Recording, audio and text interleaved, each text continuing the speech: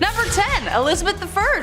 Good old Queen Bess is one of the most remembered queens in the British monarchy, male or female. She's a pretty big deal. Elizabeth loved to make her fellow male nobles fall under her spell. She was witty, cunning, and very well liked by her court. However, one of the things that earned her some enemies was establishing a Protestant England. Her sister Mary, her predecessor, fought very hard for the opposite. She was very Catholic, and we will get to how bloody that was later, but Queen Bess a lot of people off, especially Spain.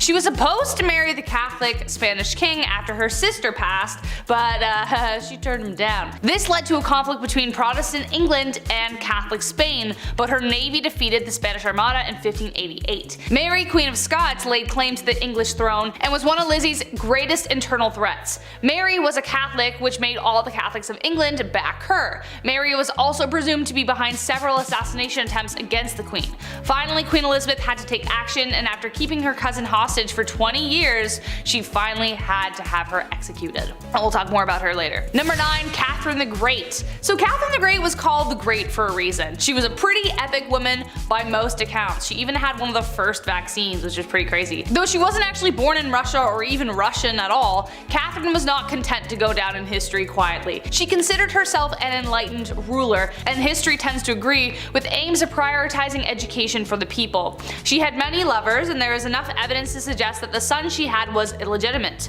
Peter III of Russia was hardly the man Catherine intended on marrying, and later planned a coup against him, which resulted in her position of power. However, the coup did turn bloody when on July 17th, Peter died under mysterious circumstances. There isn't proof that she was directly involved or even knew about it, but it cast a dark shadow over her reign for the rest of the time. Number 8. Grace O'Malley. We've got enough traditional royalty on this list that we definitely need to spice it up. Enter Grace O'Malley, the Pirate Queen of Ireland. Pirate Queen! What a title. Definitely considered unholy behavior, Grace abandoned the traditions of women of the time and fled to the sea. There, she took on the waves and perils of Davy Jones' locker with a legendary ferocity. She was born into the clan O'Malley around 1530, around the time of Henry VIII's rule over England and Ireland. Clan O'Malley was a notorious seafaring clan and ruled the southern shore of Clew Bay, Achilleland, and most of the barony of Murrisk for over 300 years. Grace was really well educated and could even converse fully in Latin, Spanish, Scottish, Gaelic, and French. She was not one to be refused, and after spending years fighting the British, she finally met Queen Bess, and not only did she speak Latin to her, but she refused to bow, as she was considered a queen herself by that point. Number 7. Mary, Queen of Scots. I told you I was gonna bring her up. A name you will recognize, as I've already mentioned her before, but in terms of who the villain in that story is, it depends on which side you're telling the story on. Mary's story is full of tragedy, romance, betrayal, loss, and heartbreak. Unlike Lizzie, Mary was a dedicated Catholic and spent the entirety of her reign trying to gather the Catholics against Elizabeth. She had a series of marriages and relationships that led to tragedy every which way she went. Her first husband, the Dauphin of France, died shortly after their marriage. Her second husband she loved until he became a drunkard, and then she just started running things. But he was mysteriously unalived while she was 6 months pregnant. He was inside a building that exploded, but his body landed outside, and it turned out he was strangled. So what happened there? She would later give birth to 2 stillborn sons, but she would have sons later on. She would have a son who would inherit the throne after Elizabeth's death, but it was due to Mary's plotting and scheming that eventually ended her in death. So she did actually plot to kill Elizabeth. So that's a pretty unholy deed, I would say. Number 6. Princess Olga of Kiev. Okay, wow, this woman. One saint you definitely don't want to mess with. Despite being a saint, Princess Olga of Kiev was actually pretty sinful. She was one of the most vicious and vengeful rulers in the history of Kievan Rus, which would later become Russia, Ukraine, and Belarus. Olga took center stage after her husband died and made sure she would never be forgotten. Her husband died in a very gruesome way by the enemies that we're going to talk about in a second. When the people who viciously unalived her husband tried to persuade her to marry their leader, they sent 20 men. Olga told them to wait in their boats, had her men dig a ditch in the meantime, and the next morning buried the men alive. She then lied and told the king she would accept his offer if he sent his best company to retrieve her. He didn't know about all that stuff yet. When they got there, she locked them in a bathhouse and torched it. But it didn't stop there. Olga didn't stop there, that's not her style. She would later host a steak dinner with her enemies in which they were staked. Very Vlad the Impaler, I know. Then she set whole villages on fire by attaching sulfur to pigeons, and then it was just crazy. Damn, like hell has no fury like a woman scorned, let me tell you. Number 5, Queen Isabella I. The Spanish Inquisition, pretty high up there as far as terrifying points in history go. If you weren't willing to convert to Catholicism, you were tormented, interrogated, and burned at the stake. Who was behind this awful time in history? This lady, Queen Isabella I. Technically, as she was fighting for a holy order for the Catholic Church, this can be seen as holy, but was it? Burning people at the stake because they didn't share this belief? Not cool, Isabel. She created a secular government through her reign which allowed for the monarchy to have more power. Being a pious Catholic, she made Catholicism the official religion and created a tribunal to make this happen. Secret service or a secret police that spread fear wherever they went. Her direct influence caused the Jewish population to falter for a really long time after. Number 4, Fridegund of Soissons. Okay, I maybe said that wrong, so I apologize. Kind of impressed with her rise to power. She went from slave attendant to queen. How do you bridge that gap? No idea. Boy was she ferocious. Assassination and manipulation were her main political tools. Fridegund was among a small number of enslaved women in the Merovingian household that became a queen. Merovingian was the OG Central Europe before everything got split up. She survived political dangers and retained her husband's loyalty and could persuade monks and priests to jump onto her plots with ease. She encouraged her husband, the king, to set aside his first wife and then even take the life of his second. But his second wife, Galswinda, had a sister named Brunhild who became the mortal enemy of Fridegund. She had good reason to be. Fridegund continued to do everything she could to secure her position, one assassination after the next. She was a pretty stormy lady. Number 3, Bathory. Okay. Alright. Technically not a queen, I get it, but she might as well have been with the power that she had. So fight me. She's remembered as the most evil woman in the world in history, I think. I don't know. That's my opinion. Bathory was the stuff of nightmares. Elizabeth Bathory was born on August 7, 1560 into a prominent Hungarian noble family, making her practically untouchable. She married a very famous war hero who is suspected of gifting Bloody Lizzie with the skills she used to kill. After she died, Bathory became obsessed with immortality. Supposedly when one of her servants accidentally spilt blood on her and her skin appeared younger after. Bathory then began her mission of horror, luring over 650 young virgin women to her palace and brutally taking their lives. She was even bold enough to lure daughters of nobility. Before draining them of their blood, she would make them suffer in ways you don't even want to imagine before bathing in the blood itself. When she was finally caught, 3 of her servants were executed, but she was simply locked away in her tower for the rest of her days on house arrest. Ugh. Number 2, Catherine de Medici, also known as the Serpent Queen. History colors her story as the tale of the evil queen. On one hand, she is remembered for being one of the most powerful French queens in history, and then on the other, she was blamed for the many atrocities that took place during her reign. Her regency was marked by the French wars of religion and the many games Catherine played within them. The Catholics and the Protestants, as previously mentioned, were at war, and she spent a lot of time trying to find peace. Kind of. But she was a passionate Catholic and is believed to have tried to remove a Protestant general from her son's side. When he survived the attack, she lied and convinced her son that the Protestants were responsible, so she scapegoated them. So he authorized taking the lives of their leaders. Enter St. Bartholomew's. Catherine implicated the general, which resulted in him being the first to be beaten and then tossed out of his own bedroom window. An estimated 3,000 French Protestants were taken out in Paris, but the total countrywide was around 70,000. And last but not least, Bloody Mary, actually known as Queen Mary I of England, so no, I'm not talking about the girl you say in the mirror 3 times so that she appears and you're like, wow, I'm haunted forever.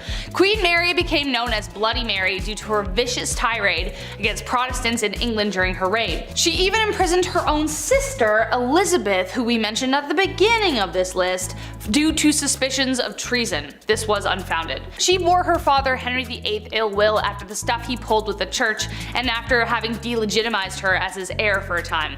After Mary took the throne and married the Catholic King of Spain, she began carrying out her plan for England to become Catholic once again. In 1555, she revived England's heresy laws and began burning offenders at the stake, starting with her father's longtime advisor, Thomas Cranmer, the Archbishop of Canterbury. She burned over 3 300 convicted heretics, most of them being common citizens, and dozens more died in prison, hence giving her the name of Bloody Mary. At number 10, the king of hobbies. Everyone has their interests, right? Like, for example, I like video games, and I like watching people scream at their teammates for not helping everyone else out. I'm looking at you, Blake. For kings back in the day, they didn't have people on Rocket League to scream at, so they had to find other interests. For Tsar Peter the Great, he had a lot of interests, and they were all very bizarre. Firstly, he had an obsession with short people, especially dwarves. To him, they were like his real-life dolls or something, and he would hold weddings for them and even hold lavish funerals, complete with small horses pulling a small coffin on a carriage, and even a very short priest to hold the ceremony. But other than this obsession with short people, he also dabbled a bit in medicine. He liked watching surgeries be performed like he was trying to be on Grey's Anatomy or something, but when watching the surgeries just wasn't enough for him, he would sometimes perform them himself. Now remember, he's not a doctor, so it's no surprise to learn that these surgeries rarely ever went well and people died. I certainly wouldn't trust him to give me any kind of surgery, but he was a king so he could do whatever he wanted. Peter the Great also loved dentistry. It is said that if you wanted to get all buddy-buddy with the king, all you had to do was let him pull your tooth. Sounds like the guy was one heartbreak away from starting his own medical drama, but in the worst way. Number 9. Banning coffee. This is the worst of the worst, people. Murad IV, Sultan of the Ottoman Empire. The guy banned coffee like an absolute monster. No more triples for you. He was born in 1612, and for the most part, his mother was ruling through him because he was so young. That's often the case with most of these young rulers. They just get, hey, you're 7, now you rule a kingdom, enjoy. It's tough, they're not gonna know what's going on. But when he got a little bit older, he put forth these laws, punishable by death, might I add, in order to get things back on track. That was the key. He banned coffee, tobacco, and alcohol. He would actually disguise himself as a civilian during the nighttime and would wander around aimlessly in hopes that he would find one of these dark roast renegades. If you were caught outside having a quick smoke break, you weren't arrested, you didn't get fined, but rather, Murad IV himself would take your head off right there in the streets. No trial, no jury, just straight to execution. All because you're drinking a Bud Light Lime.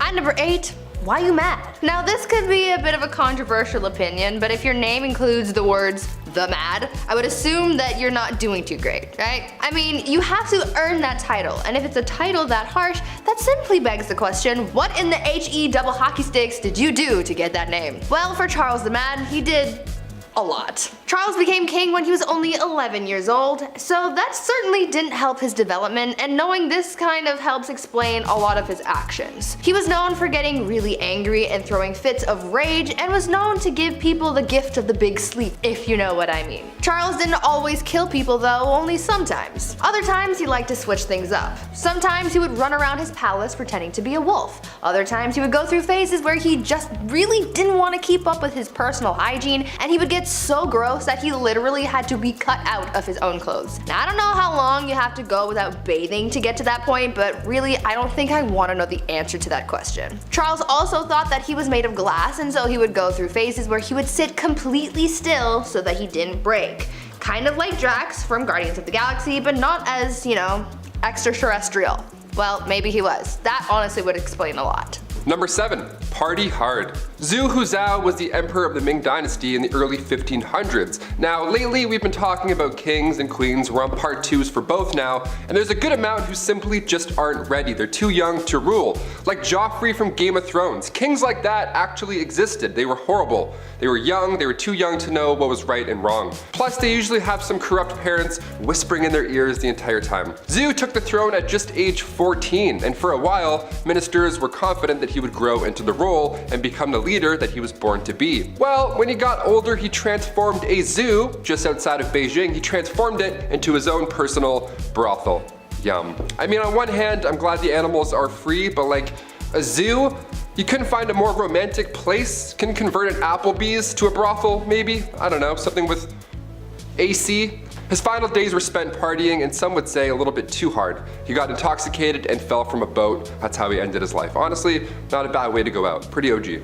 At number 6, love game. A lot of kings and queens throughout history have been known to engage in the horizontal hustle a lot. I mean, when you're a ruler of a kingdom, you don't really have much to do in your spare time, so what else are you gonna do? Play a board game? No. These monarchs were getting busy all the time, but there was one king who was just so obsessed with getting a good old pickle tickle that it just became his whole personality. King Philip V was known to be a nymphomaniac, and he liked doing the deed a lot, but because at the time, the Catholic Church said that having sexy time with anyone but your spouse was a sin, the king and his wife were getting busy all the time. Eventually, his first wife caught on to how to use this to her advantage, and she would often refuse to sleep with him until she got her way with anything she suggested or demanded from him. You would think that he would catch on to this game, but maybe his urges were just so strong because he always caved and gave her what he wanted. Obviously, this man did not follow Hoodville.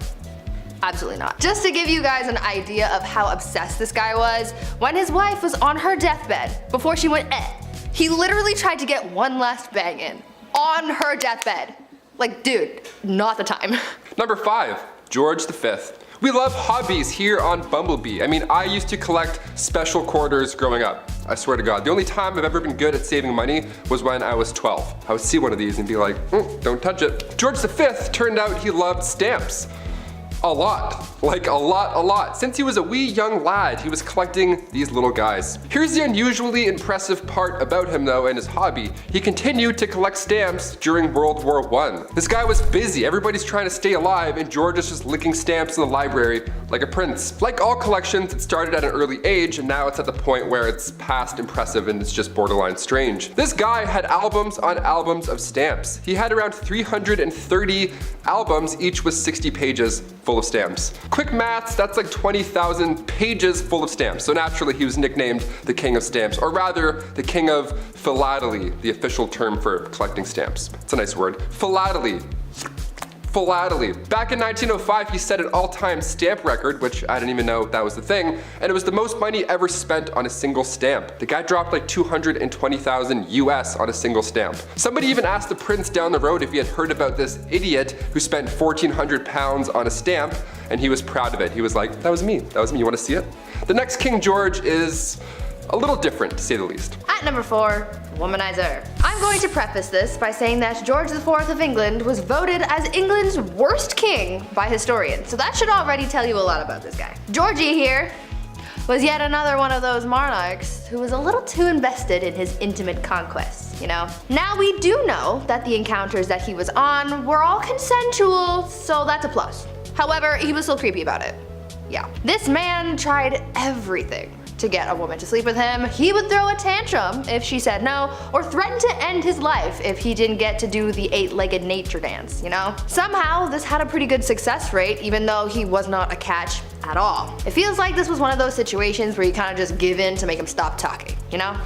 Anyways, this guy was super creepy because on top of the lengths that he would go to just to get some time in the sack, he also kept trophies of his conquests. He would ask each of the people he slept with for a lock of their hair, and he kept them all. Back then, it was kind of common for lovers to keep locks of each other's hair, but George's collection was alarming because of just how many locks of hair there were. After the king died, his brothers found 7,000 envelopes, each with a lock of hair that was, quote, enough to stuff a sofa, end quote. Fun fact, if you want to see this insane collection, it is in a museum in Scotland, so check that out if you want, I guess. Number 3, Kleptomania Part 2. On our spoiled queens list, Brie mentioned Queen Mary and how she just couldn't stop stealing, which is hilarious to me, just this old lady stealing your shit.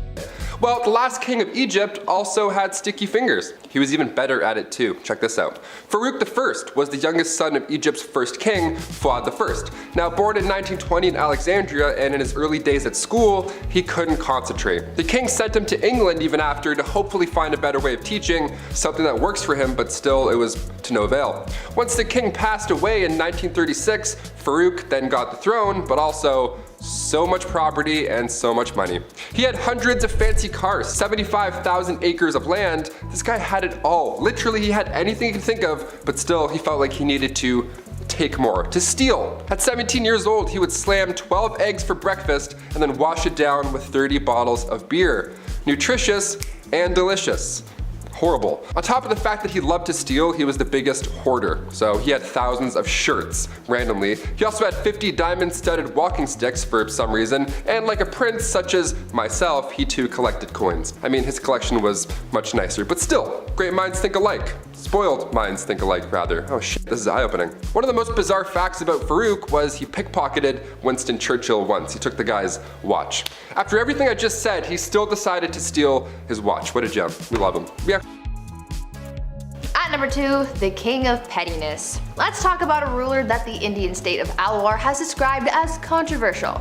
If his own people are calling him controversial, then you know something's up, and boy, you better strap in because you're in for a wild ride with this one. Maharaja Jai Singh was pretty eccentric in a pretty dark way. He was known to have a temper and act on impulse, and he did some very questionable and downright scary things. He was known to be very competitive and hated to lose. One time while playing polo, he and his team lost, and so in retaliation he blamed the horse he was using and made the horse get extra crispy. He fired his horse.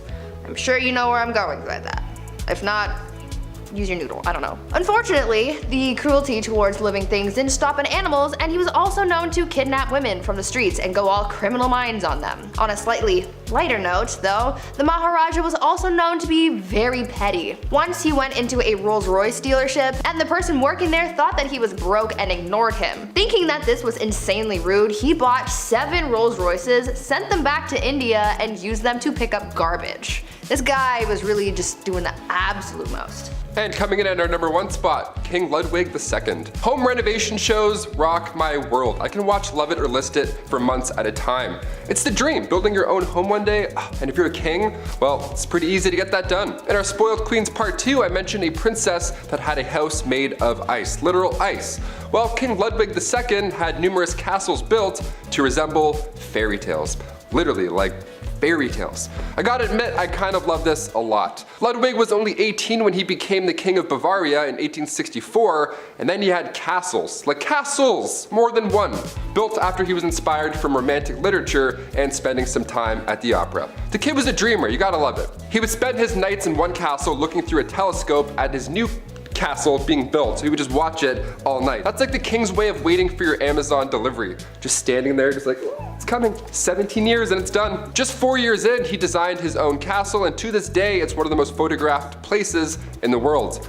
Neuschwanstein Castle. Go check it out. It's literally a paradise. At number 10, Blinded by Ambition. I don't know about you, but I think my favorite part of these queens lists is learning about all the wild and crazy things that queens did to keep or acquire power back in the days of old. Like, these gals were absolutely ruthless, and they weren't afraid to absolutely body anyone who stood in their way. We've heard about queens taking out enemy tribes, their husbands, and even their own family members. This all sounds like a round of Call of Duty when you're the last one on your team and you're just murking everyone in sight trying to save your own skin. Let's talk about a queen, or rather empress, who was so desperate for power that she ended up killing her own son. Irene of Athens was an empress from the Byzantine Empire who ruled from 797 to 802 CE. She started her reign as co-ruler alongside her son Emperor Constantine IV. Though it started as a good old family business, you know, saving people, hunting things. Not really. Things went south as they normally did back then. Irene wanted all the power to herself, and so she sought out to eliminate her competition, her own son. Irene lured her son into the very room that he was born in and gouged his eyes out. Like, ma'am, this is not ice cream. You can't just scoop eyeballs out and make a sundae out of them. Thank you. That's not how that works. Constantine ended up dying as a result of his injuries, and since his own heir had passed away earlier that year, the transition of power ended up going to Irene, who became emperor. Yes, emperor, not empress, because she was the sole ruler, making her the first woman to do so. Number 9. Topless duels. Yeah, you heard me. Hungarian Princess Pauline von Metternich was married to Prince Clemens, but she was born in 1836 and she had to marry her uncle when she was 20 years old. So, surprise, surprise, she was unhappy. Who knew? Weird, right? Since the marriage began, her husband was involved in numerous affairs. He liked going after actresses or singers, anyone glamorous or hot or cool. He barely paid any attention to her. That is until, you know, she started to have fun, live a life maybe. Yeah, once she got over this gross prince, she had a great time. She drank, she smoked, she partied, she defied convention, but most notably, her duel in the summer of 1892. She challenged another royal, a countess of the matter, to a duel in nothing but a corset. Now, to this day, it's not yet determined who exactly won this duel, this corset poke off, but a princess dueling in the dark after some drinks, that should be a musical, not Frozen. Get out of here. At At number 8, no side bays. A bad relationship can really mess you up. Anyone who's been through a bad breakup can tell you that. Not as many people carried that pain with them as much as Catherine de Medici did back in the day. Her didn't even begin to describe how she felt, and she really embodied the pain that she was feeling after having her heart broken. She basically turned into the type of person that was like, if I'm not happy, no one else is gonna be happy either. Catherine's husband, Henry II of France, had a mistress, and Catherine was well aware of it. They had been having an affair for basically the whole time Catherine was married to Henry, and he loved his mistress more than he ever loved his wife. When Henry was on his deathbed, his final request was to see his mistress one last time, and as a final FU to her husband, not only did she deny the mistress from visiting Henry, but she literally made him die alone with no one by his side when he kicked the bucket. On top of this hatred towards her husband though, Catherine was also an absolute B-word to her daughter as well. Catherine would fight her daughter over her romantic affairs. I guess she didn't want her daughter to be like her father. Either way, Catherine got so mad about one of her daughter's affairs that when she found out about her lover, she locked her daughter away in a castle and never saw her again. Talk about a serious grudge. Number 7. 2 for 1. When you're deemed the most beautiful woman in all the realm of England and the most loving, well, odds are you're going to need 2 husbands. All that love to give, it only makes sense. Joan of Kent was named as such, and at the age 12, so gross, she was married for the first time. She fell in love with a knight named Thomas Holland. Yeah, she dated Tom Holland, the knight Spider-Man guy. That's great. He was 26 and she was 12, still gross, but they got married in secret. She knew her parents wouldn't be on board. He was broke, and yeah, he was also 26, so for obvious reasons it had to be a little hush-hush. Even in royal standard, that's a bit odd. After the wedding, Thomas had to go off to war, and he wasn't gone for too long before, well, she remarried. The son of the Earl of Salisbury slid into her DMs, and Joan thought Tom Holland's Spider Knight was dead. Well, Thomas returned, like he did in Endgame, but there were legal issues now. Ultimately, Joan and Thomas got together and had 4 children, but after Thomas did die, Joan became the first ever Princess of Wales. So if you love someone, just, marry them. Even if the other person's still just over there, just marry them both, see what happens. At number 6, apple of his eye. I feel like this queen I'm about to tell you about needs to have her own movie made about her or something, because the things she did for power were almost unbelievable. I would say that I would want to be her when I grow up, but she's kind of responsible for the deaths of a lot of people, and that's not really something I'm striving for, But she did have a lot of determination. I will give her that. Isabella was married to King Edward II of England, and though she was quite the catch, Isabella wasn't really all that jazzed about him. She was like, meh, I guess I'll be your wife, even though back then she really wouldn't have a choice in the matter anyway. Anyways, after 10 years of marriage and the birth of an heir, things seemed to be relatively okay between the king and queen. That is until the king started getting all buddy-buddy with his friend Hugh Despenser, who was a much hated noble. Very hated. Hated numero uno. Isabella didn't like the bromance that was forming, and she was like, no, the only person who gets the king's attention is me. So she rallied the support of the other nobles, banished the Despenser family, burned their castles to the ground, claimed their possessions, and killed anyone who supported the disgraced family. After all of that went down, she took refuge in the Tower of London, where she met a prisoner whom she smuggled to France. Then she got her husband to bring their son to France. And from there, with the support of the nobles and the common people, she was able to defeat her husband and the Despensers, and became Queen Regent until her son Edward III came of age to become king. After all of that, she finally got her way. I hope she slept well that night, because she did the most. Number 5. Rebel Princess. Princess Leia wasn't the only rebel, okay? Princess Margaret partied with rock stars during the 60s. The Queen's younger sister was known as the Rebel Princess. She was seen for years and years as this, well, bad. She passed away in 2002, but even to this day, we're trying to piece together her love life. Pablo Picasso actually wanted to marry her at one point. How fun is that? Also, side note, I didn't realize how recent Pablo Picasso died. That was alarming to find out. Guess my whole life's a lie. Her wedding was the first to be aired on TV. That's quite a big deal. The first televised royal wedding took place on May 6, 1960. In 1968, just 8 years after, word had spread that the princess had an affair at a nightclub with pianist Robin Douglas Home, who only a year and a half later took his own life. Adds a lot of mystery there. Then come 1973, the paparazzi got photos of her with a landscape gardener on her private island. One of the more unusual facts surrounding Princess Margaret was that she was cremated, believe it or not. She had chosen to break tradition so that her ashes could be shared in the same tomb as her father. How sweet is that? These acts are unusual when it comes to royalty, but Margaret also supported more than 80 charity organizations. But even then, media still focused on her love life.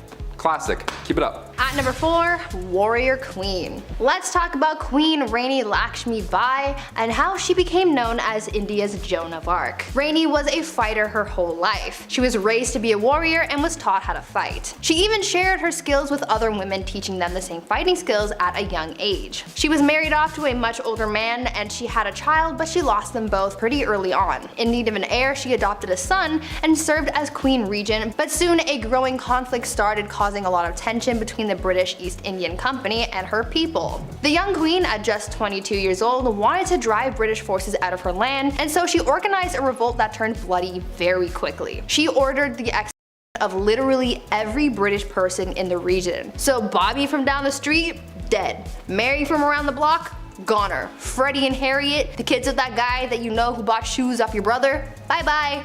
Gone. Rani killed every man, woman, and child in the area, but it still wasn't enough to win against the British. The queen died on the battlefield and the British ended up winning the battle and the kingdom fell to the enemy forces. This queen was one of the bravest and most determined women in history, and she's still remembered as a hero. Number 3, Chelonus. The reason we look at princesses like Margaret and say she was a rebel is because most of the time these marriages are chosen. Well, rather, women are forced to marry some gross fat dudes. And while he's cheating and eating lobster, the wife has to have his kids and be dutiful. So for the Spartan princess from the 3rd century, she too was forced to marry Cleonymus, this older, horrible man. He was so horrible that he wasn't even allowed to have his father's throne. That's how bad he was. He was in the family and still they're like, no. So Chelonus thought, this guy sucks, the system sucks, I'm gonna go talk to the much more pleasant Architatus, son of King Ares I. Around 272 BC, both these guys, both her lovers, went to war with each other.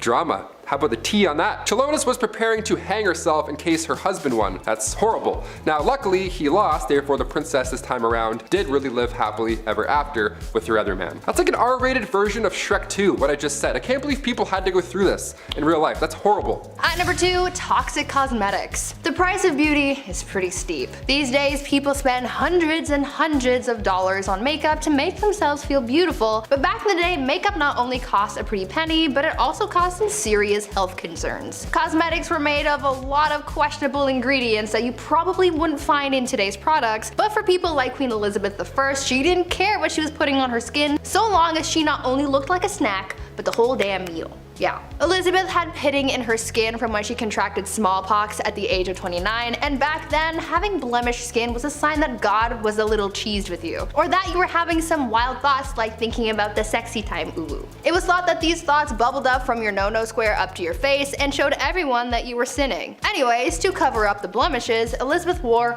a lot of makeup, like her version of foundation, but the ingredients were really just making things worse and not better. The foundation was made with a tincture of white lead ore, vinegar, and sometimes arsenic, hydroxide, and carbonate. To add some color back to her face after applying this pasty white mask, she powdered cinnabar to her lips and cheeks, but this was pretty dangerous because it contained mercury. She did this every day, and as you can imagine, it wasn't good for her health at all. Imagine absorbing all of those chemicals through your face on a daily basis. Not cute. And finally, number 1. Are you not entertained? Back in the late 1800s, the name Clara Ward would stir up a conversation. She was famous, really famous, for all the wrong reasons, of course. All it took was her bumping into a European royal and Bob's your uncle. Since birth, Clara was born into money. She didn't even need a royal husband. She was born into a wealthy industrialist family. She would sometimes visit the family mills, you know, to make it look good and kind of be like, hey, how's everyone doing? Whatever, just casual visit. But on this one casual visit, she crossed paths with the Prince of Caraman-Chimay. He was there for trade, but when he left, he brought back a wife. Carry on. Also, meet my wife. Here she is. People were freaking out, obviously. A royal marrying a common American girl. Wow, how could you? She was the talk of the town. Unlike Meghan Markle, Clara loved to show off with her newfound wealth. Some loved her and her image, but others not so much. The marriage only lasted 6 years. Clara eloped with a Hungarian musician. Then after her divorce, she had to model to make a living rather than showing off for clout. What a drag. Bachelor number 1. What would you do if I refused to marry you? Well, I would probably get quite violent and lead to the destruction of 10,000 lives at the Battle of Hastings. Might just drag you around by your hair and see where the night goes. William I, or more appropriate, William the Conqueror, was a fierce warrior and the first Norman king of England. Being the illegitimate child he was to the throne, some people didn't exactly respect the power moves old Willie was making. People rebelled, and he crushed them. Oh, and there was this one time that he fancied a woman named Matilda. Being the respected woman that she was, she declined Willie's advances. Willie, not taking no for an answer, promptly dragged her around by the hair until she agreed to marry him. Gee, what a swell guy. Number 9. Let them eat cake. France had seen better days in the 1790s. People were starving, the economy was bust, and for some reason the poor citizens were being taxed the most. When cries were made from the people, they demanded that change be made. King Louis XVI, being the great leader he was, he listened to the people and there was no problem ever again. Oh wait, he did nothing and the country had a bloody revolution. The man supposed to be leading his people failed to act. In fact, he did less than nothing, often trying to silence the riots by force. But when people are very hungry, and you're living fat with high society, you can lose your head in all that chaos. While the famous quote, "let them eat cake," may not have actually been said, it's a good reminder of the disconnect between the upper class and poor. Leaving your people to starve isn't the best idea if you want to be a king for a long time. Number 8. Cashback. King George III had a simple ask of the American colonies. Right then, we just saved you all from the French and Indians, so now it's time to do the right thing and pick up the bill. Britain introduced new taxes on the colonies in order to pay back what it had spent on the previous war. But in reality, he was asking the colonies to pay up without much in return. Basically, I'm the king, I saved your skins, give me more money, which most people at the time couldn't afford. And I'm still gonna boss you around. The British Empire may have been victorious, but it was the colonists who felt all the effects of the war and the economy. This happened multiple times before some patriots had had enough and decided to act. And what he did when the people he was forcing to give money spilt a little tea? Well, he sent British troops for a semi-friendly military occupation. I'd hate to loan this guy a nickel. Number 7. Terrible Ivan. He wasn't called Ivan the very friendly and generous and would for sure never cause any harm to anyone ever. He was Ivan the Terrible, and for good reason. His actions are very unholy. Let's start with the fact that he killed his son's pregnant wife. And when his son came to confront dear old dad, his son was struck with a pointed staff, killing him in a fit of rage. A legend tells us that once St. Basil's Cathedral was finished construction, he was so pleased with the architect, to reward him for such magnificent work, Ivan gouged his eyes out so that no one would ever design something so beautiful again. His paranoia also caused a slaughter of Novgorod, where after he was done claiming thousands of lives, he burned all the fields just for good measure. Wouldn't want all those dead people farming without your permission. Should we tell him about the other world monuments? Number 6.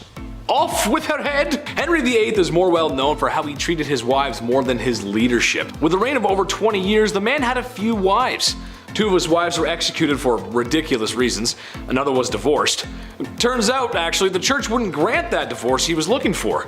So Henry went and did the next best thing. He broke away from the Catholic Church and dissolved the monasteries, taking their wealth and redistributing it as he saw fit. Nothing is unholier than trying to get away from the church. Historians believe that his divorce actually led to the English Reformation. Number 5. Nothing left. Alexander the Great was an excellent warrior for his time. Having conquered so much at a young age is really quite impressive. His empire stretched from Greece all the way to India. For a history class or a good book, this is fine, but in reality, he was a conqueror. The places he was marching into weren't exactly happy to have spear-wielding visitors. He laid siege on multiple cities, executed those who defied him, and sold people into YouTube's least favorite S-word. Just about checks off everything a guy needs to be considered a tyrant. History remembers his conquest, but I for sure will not forget how brutal conquerors can really be. Number 4. Chop chop. While Maximilien Robespierre was not a king in the monarch sense, he did hold a lot of political power in France when the political climate was quite messy. Plus, France was at war. But even messier than that is the way he dealt with citizens who were deemed anti-revolution, by sending them to the guillotine. Within a 1-year period, he sent 17,000 people to their dooms via the National Razor, or as it became to be known. He even began practicing deism, something he called the cult of the supreme being. And if you know your history, you know that you can't get away with that forever. And with some sweet poetic justice, Robespierre was sentenced to the guillotine. Number 3. All my friends are dead. Usually when people expire, the human thing to do is bury said lifeless human. It's just what we do. But apparently Ferdinand I of Naples did not get that memo, instead taking a page from Night at the Museum. No, this is not a cute comedy movie starring Ben Stiller, but in reality a complete horrifying nightmare. Ferdinand took the saying, "keep your enemies close," a little too literally. as his favorite form of punishment was to mummify his enemies. Which, let's face it, if he's a king, there's gonna be plenty. And he would like to display these mummies in what's probably the coolest place to be if you're into that weird goth stuff. He did keep some alive in the dungeon, but he much preferred his guests embalmed, where he would have them dressed up on display, just as they were before making the mistake of crossing Ferdinand. Now, what's the point of having that hardcore collection if you're not going to show it off? Well, he did. To the people he suspected of treason, which, in a place like that, treason leaves your mind pretty quick. Number 2. Average height for the time. Napoleon Bonaparte was one of the greatest military strategists of his time, maybe of all time. With full support of the French army, Napoleon found himself earning gallant victories one after another, all being accomplished at a very young age. However, after years of great success in multiple wars and kicking a lot of imperial butt, it started to go to his head. Shortly after the coup that overthrew Robespierre, Napoleon had gained enough support to claim himself as the Emperor of France. With said power, dissolved the freedom of press, reduced the rights of women, and oh yeah, he was at war with most of Europe for years to come. While his military victories cannot be understated, his rise as a tyrannical dictator makes him very unholy. Number 1. Dracula. There's been a lot of unholy things said here today, but old Vladdy takes the cake. What he lacked in land and power, he made up for in his brutality. As the legends go, Vlad was creative in his punishments, and was well noted for his human art pieces. And by art, I mean impaling his enemy on pikes, sometimes through their rear ends, and leaving them as warnings for anyone who dared cross him. Similar to the time visiting envoys wouldn't remove their hats as it is to do in tradition, so Vlad had their hats nailed to their skulls, so that they may never remove them. There are a few other stories that are just too hot for YouTube, but I think he's a textbook example of unholy. He may also be the inspiration for Dracula. Imagine being that much of a monster one is created in your likeness. I mean, just looking at the painting of this guy, it creeps me out, man. Whoa! Number 10. Girl troubles. Maria Eleonora of Brandenburg was a kind and loving mother, so long as you were a boy. Unfortunately for the royal mom, she had a great difficulty giving birth to a male heir. So when her daughter Christina was born, Maria proclaimed that she was given a dark and ugly daughter, with black eyes. Eleonora often called her a monster. Oh yeah, and she did try to kill her on several occasions. Nothing says mental stability like blaming your daughter for being a daughter, and not more like a son, because the male-dominated patriarchy that is royal society has no effect on this, right? Number 9. Eyes on Irene. Irene was born into nobility and worked her way up the royal hierarchy. So why is Irene on this list? That's because she's probably the worst mother ever. When her son Constantine grew into adulthood, he made efforts to sideline his mother and challenge her position as a ruler. Irene, feeling some angry mom energy, retaliated in probably the worst way. In 797, Irene organized the capture of her son, and when he tried to escape, ordered that his eyes be gouged out. Constantine would later die of his injuries.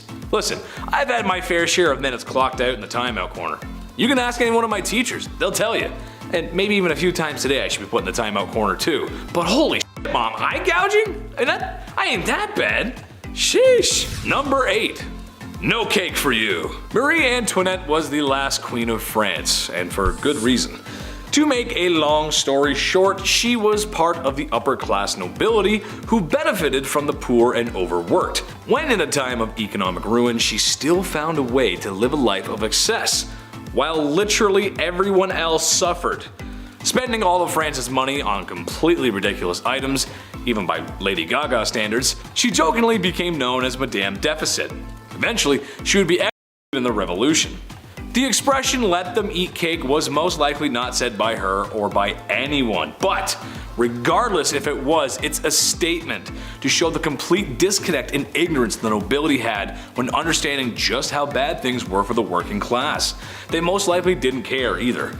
People were starving and putting heads on pikes. Do you really think they had time for cake, your highness? Oh, to be as beautiful and ignorant as an 18th century queen. Number 7. Lover's touch. Some couples flourish, others fizzle out. Some keep their privacy, and others like to make out in the hallways, right in front of everyone. Yeah, you know the ones. It's always by a classroom you have to walk by, or it's by your locker.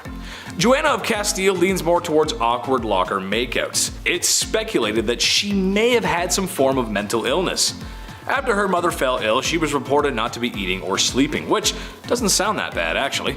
She was also a very envious person who oftentimes expressed her distaste for her husband's mistresses, reportedly attacking one on occasion, which again, doesn't sound that bad. And when her husband died of illness, she kept very close to the man's body and traveled over 600 kilometers with it, where he was to be buried, where she would often open the casket and embrace the cadaver, and kiss him. Oh, okay, that's where the unholiness is, gotcha. I know medical knowledge wasn't great, but if your husband died of an illness, you couldn't seriously think that kissing him was a good idea. This is like the third royal I've come across that has a fixation on corpses. Sometimes you just gotta let the dead be dead, man. Number 6, who are you gonna call? Queen Maria I of Portugal might have actually been insane. And no, not like come on down to my local car dealership, these prices are insane. More like the Joker on a magic white powder that shan't be named just in case. I don't want to make you too big angy. She was known for ranting and raving, screaming that she had been damned. Perhaps it was phantoms in the night demonizing the poor soul. In attempts to cure her madness, such advanced scientific treatments like bloodletting and enemas were tried in order to cure her. The enema kinda makes sense. Maybe she's a little blocked up, it happens, I don't know. There were other attempts to cure her of her madness, but nothing seemed to work.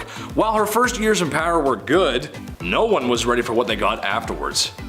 Hi, yes, I'm calling from the royal court. We think the queen needs an exorcism. Yeah, we tried that. Yeah, we tried that too. Yes, and we did try the tried and true method of enema, yes. How soon can you get here? Oh, okay, perfect. Yep. Yes, I am available between the hours of 8 to 5. Number 5, A2 Brute. Agripina of Rome was like many mothers, in the sense that she would do anything for her kids. I'm sure every mom at home watching would scheme and slaughter their way through Roman nobility in order for her son to become emperor, right? I mean, come on, it's for the family after all. She only did it a few times, and seized the wealth of nobles, which further solidified her powerful position. And her son, her beautiful baby boy Nero. How did the young lad return the favor of all this bloodthirst and treachery? Like mother, like son. Chose to fatally remove her of her power. What a nice family story right there. My mom usually just makes turkey with the stuffing, but maybe I can ask for the Roman throne this Christmas. Mom! Number 4, Revenge. Boudica was the wife of a man who had spent his time serving the Roman Empire. So when a deal was altered Darth Vader style by the Romans over what would happen to her husband's kingdom, she was pissed. Karen pissed. To be fair, she did have a point. They did unsavory and unholy things to her and her daughters. Plus, the Romans totally lied about not annexing their kingdom. Okay, so now it was time for some revenge. She gathered all the people she could and went on the attack. The Romans surprisingly did not fare that well. Boudica was having such good luck she decided to burn London down. Of course, no civilians were harmed in the process. I'm just kidding, a lot of people probably didn't do too well as humans can't live in fire. Sure, she was owed some revenge, but burning down a whole city? That's a lot. The Romans did eventually catch up, and she was forced to drink poison in order to avoid capture. She is remembered as somewhat of a hero to some. Number 3. Girl power. Tamar of Georgia was a woman who didn't take kindly to men questioning the rule of a woman, as you would wind up dead. She is noted for having a hand in the golden age of Georgia. Funny enough, she was made a saint, even though she vanquished all the Orthodox clergymen at the time for also questioning her rule. Her husband aided in conquering more land, but when he couldn't keep it in his pants, she banished him and remarried. You go, girl. You commit acts of unholiness and stand up for yourself. Number 2, serial killer. Daria Saltkova was not necessarily a queen, but she was Russian nobility. She had strong connections with the royal court and other Russian nobility. She was also very unholy. Now, maybe you can blame it on her being widowed. Maybe she's just crazy. But her actions were sadistic. She's noted for having severely tormented her serfs and would straight up just kill them, with numbers reaching at least 138. At first, complaints about family members disappearing after working for her royal nightmare were ignored. She was just too powerful and connected. Eventually, a petition was put together and shown to Catherine the Great, where it was decided Daria would be tried publicly. She spent 1 hour in a public space in Moscow where people scorned her for her crimes. She was then sentenced to prison where the rest of her days were spent. She is also at times compared to Elizabeth Bathory, who committed similar non-nightmare inducing crimes. Just kidding, they were an absolute nightmare. Number 1, Her Royalness Queen Elizabeth II. Queen Elizabeth II may be the modern Queen of England, but that does not make her free of controversy and unholiness. If you are to believe in conspiracy theories, then perhaps old Blighty had a hand in a few things that to a normal person would be considered immoral. The death of Princess Diana immediately comes to mind, as there is some evidence to suggest the family is behind it, and her being the queen and all, it's easy to make the connection. But perhaps the most unholy crime ever committed, apparently the queen likes her sandwiches with the crust cut off. Imagine all the extra time needed to trim the crust off every sandwich. I want to talk to HR just thinking about all the extra work. But maybe you can cut the crust off of mine? But don't tell anyone though. Okay, thanks. Kicking off the list at number 10, a goodnight kiss. We'll start off funny, okay? History can be funny sometimes, even when it's not meant to be, and it's meant to be completely serious. I can't help but read this information and laugh. Royals were sweating constantly about people trying to take them out, of course. I mentioned Boy Jones on here a few times. That guy stalked the queen over and over for years. Historically, these royals have been on the lookout for enemies, and the way that they prevent these attacks, yeah, sometimes it can be a little funny. Like the kissing sheets, for example. Have you heard about this weird position in the castle? What an odd job this is. A great deal of monarchs hired taste testers to make sure nobody poisoned their ale, which is, pretty lousy job there. Either having a good day or a bad day, no in between.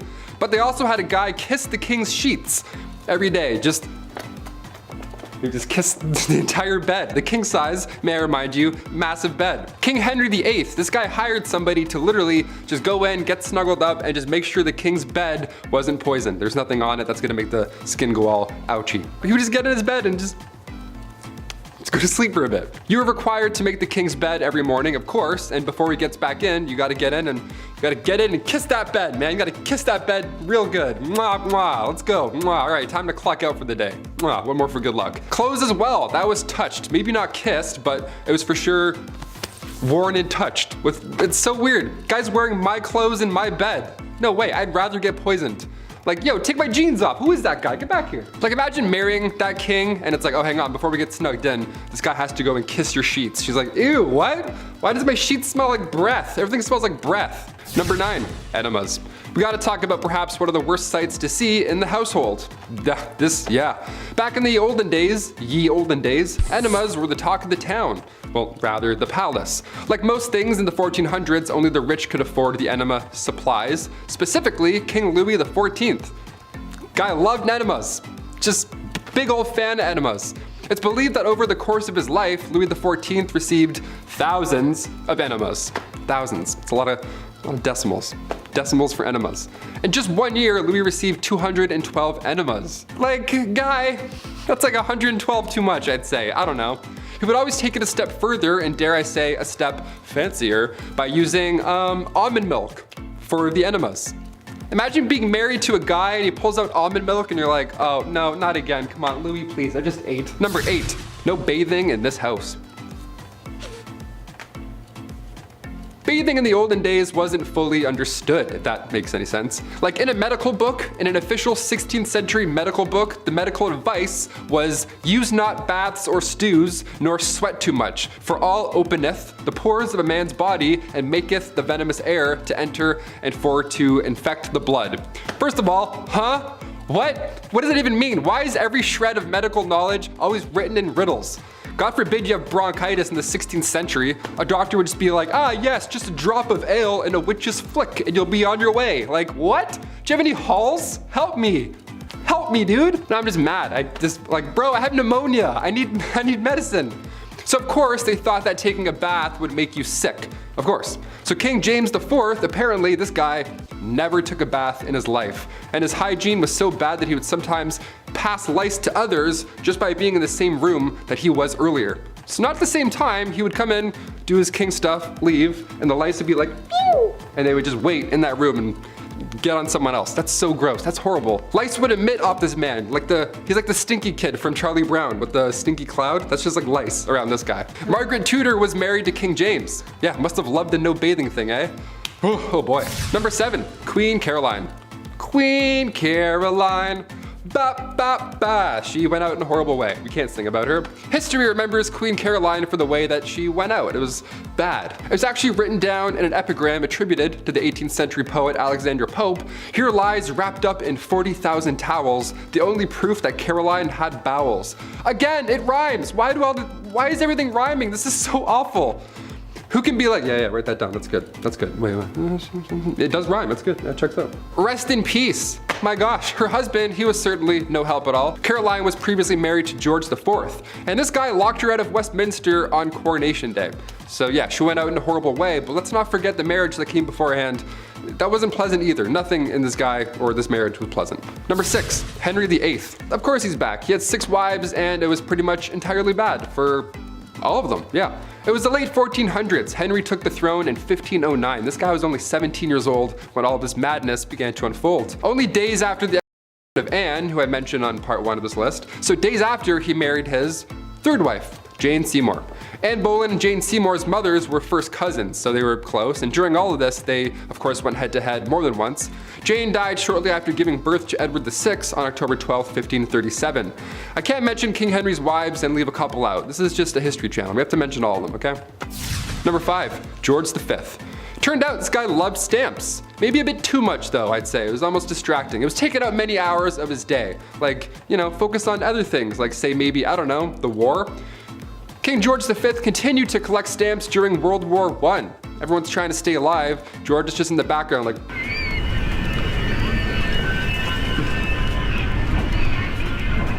like all collections, they started at an early age. It's now at a point where it's just, you know, past impressive and borderline strange, especially if you're a royal, like you're really going hard with this. This guy had albums on albums of stamps. He had around 330 albums, each was 60 pages, full of stamps. That's 20,000 pages full of stamps. That's a lot, way too many stamps. So naturally, he was nicknamed the King of Stamps, or rather the King of Philately. That's the official term for collecting stamps. We're historians here, we have to make it official.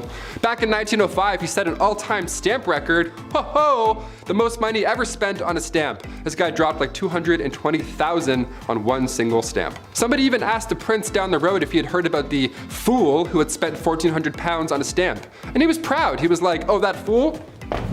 It was I. Number 4, Rudolph II. The Holy Roman Emperor from 1552. He was known as a collector. Yeah, some princes collected stamps, others collect zoo animals. We're all different. Yeah, his castle was home to lions, tigers, and not bears, but orangutans, so good luck getting your 8 hours. He also collected human artifacts, like body parts after they've been, you know, so that's watch your step, I guess. Welcome to MTV Cribs, don't mind the jar of eyes. Watch out for the lion's tail, careful. What a mess. He's quite important in history though, I guess. He supported the scientific revolution, and he also poured tons of money into astrology, so next time you read your horoscope, remember it's Bones in the Jar Benny that's responsible for that one. And also, in case you're wondering, yeah, he didn't pay attention to any of his wives or anything like that. He was just, no, jars for me, jars animals, I'm all set. Number 3, Don Carlos. Spanish Crown Prince, the guy who just enjoyed being the worst human alive. Let's talk about him. Back in the mid-1500s, the eldest son to King Philip II of Spain was, yeah, I want to say worse things, but he was just a really bad person. YouTube, he was just a bad guy. Now, it's been noted that he was born with a hunchback and one leg was shorter than the other. Historians like to bring that up first, and how maybe he had the odds against him with these disabilities growing up, and people often feel bad for him a little. To that I say, don't. Nah, don't do it. Don Carlos was made hero of the opera by his dad. Dude was fine. Philip II of Spain? Yeah, he would hurt a lot of people. He would hurt animals and people just for fun. According to historians, Don Carlos once made a cobbler eat a pair of boots because he didn't like how the pair of boots looked. He made somebody eat boots. We're not gonna feel bad for him on BumbleBee today. That's not what we're gonna do. He was also set up to marry Queen Elizabeth of Valois, the eldest daughter of King Henry II, but after a few hours, she was like, no, that's not gonna happen, no way. So she married his father instead. That's what happens. That's what happens when you're In 1564, a few brides were lined up for Don Carlos. Mary, Queen of Scots, was one of them. Margaret of Valois, we know what happened with her, and Anna of Austria. But his mental conditions grew worse and it went south. Shocker. Number 2, Heart of Glass. King Charles VI, once nicknamed the Beloved and then quickly nicknamed the Mad. What happened? After he became King of France in 1380, he would have these episodes, let's call them. He would believe he was made of glass and he didn't want anybody to touch him. He had this glass delusion, which was surprisingly not uncommon, believe it or not, for this time period. Believing you were made out of glass in some way, shape, or form, be it in your head, butt, shoulders, or back, really spiked around the mid-1400s. And Charles VI, aka Charles the Mad, he wouldn't let anybody, not even his wife, near him at all. I'm not making fun of somebody for having a fear like that. I mean, most likely historians believe he was schizophrenic, so obviously I'm not ripping on that. But Alexandria of Bavaria, another royal who had this glass delusion, she too believed she had swallowed a grand piano made of glass, so she had to enter rooms sideways to avoid it shattering. I don't know what's going on with this glass delusion, but I'm glad it went away. I don't know. And finally, number 1, King George IV. Voted as England's worst king by historians. So that should already tell you a good amount of this guy. George was another one of those monarchs who was a little too invested in his, intimate side quests, if you know what I'm saying here, like all these other kings we've talked about. He was a bit busy, being a stupid fool. This man was trying literally everything to get a woman to sleep with him. Although he was the king and he was already set up, he was like, nope, I'm gonna go and keep trying with strangers and random. And he would throw a tantrum if they said no, or he would threaten to end his own life if he didn't get the girl. Like, you know what I'm saying? One of those kind of monsters. He would also keep trophies, lack of a better term, of all these conquests afterwards. He would ask each people that he slept with for a little piece of hair, and then he would keep them. He would like store them. Back then it was kind of common, I guess, for lovers to keep locks of each other's hair. Weirdly enough, because you don't have phone numbers or like any sort of way to remember someone, photos, I don't know. So you kept their hair. But after the king died, his brother found 7,000 envelopes, each with a lock of hair that was, quote, enough to stuff a sofa, end quote. So yeah, I'll leave you on that note. I think there's a hair in my mouth. That's kind of gross. Number 10, Marie Antoinette. I wonder what it must have been like to be the Queen of France. To sit in a palace and eat all those delicious foods that your cooks can make while the peasants outside struggle to eat and sing about bread for some reason. I don't know, Les Mis reference. It's a life of beauty, balls, and not listening to what the stinky peasants outside have to say. Except that's the very reason why Marie Antoinette was the last queen of France. You can only spend so much time and money on your exuberant lifestyle before the people get fed up. I mean, these people have nothing. It's kind of difficult to control people when they don't even have food at home. They let the queen know how upset they were when they decided to remove her head from her body. Number 9, Bloody Mary, Bloody Mary, Bloody Mary. Sometimes it's just in the name, isn't it? Like Mario, you know that he's an Italian plumber. Or Luigi, you can tell that that's an Italian plumber's brother. And King Dedede, king of the DDDs or something. I don't know. Okay, maybe the names don't always give it away, but Bloody Mary does. Most known for her liberal use of the wooden stake and the whole burning folks alive thing. I wish I could tell you it was for barbecue, but it was actually for some more serious religious persecution and reformation. The Catholic Church was hot, but the witches and heretics burning at the stake were hotter. No cap. Number 8, Reina Valona of Madagascar. This one is a new one for me. Didn't know about this, but here we go. So basically, Queen Ravioli. I'm just gonna call her Queen Ravioli because I can't pronounce it. Basically, Queen Ravioli takes over from her past husband. She says to herself, how can I make things better? Oh, I know. How about I become a ruthless, bloodthirsty, unaliving tyrant? Great idea, right? Yes, very not great success. Yes, unfortunately she did many heinous things. Something I found out to be particularly interesting, however, was her destroying the many good things her husband had set up before her.